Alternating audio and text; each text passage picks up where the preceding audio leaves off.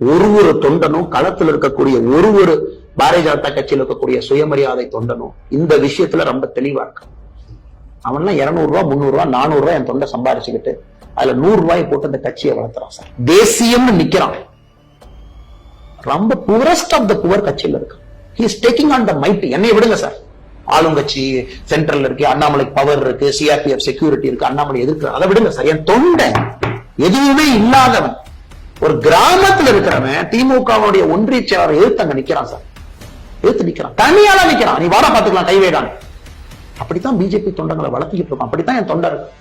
அந்த தொண்டை இருக்கிற வரைக்கும், அண்ணாமலை இருக்கிற வரைக்கும் I am very clear. இதுல காம்ப்ரமைஸுங்கிற இடமே கிடையாது. The day we compromise எங்க அஜெண்டால for political survival, short term, long term, அது என்ன மாதிரி நீங்க அரசியல் கால்குலேஷன் போட்டீங்கனாலும் பிஜேபிக்கு தமிழ்நாட்டுல வேலை. The day you compromise.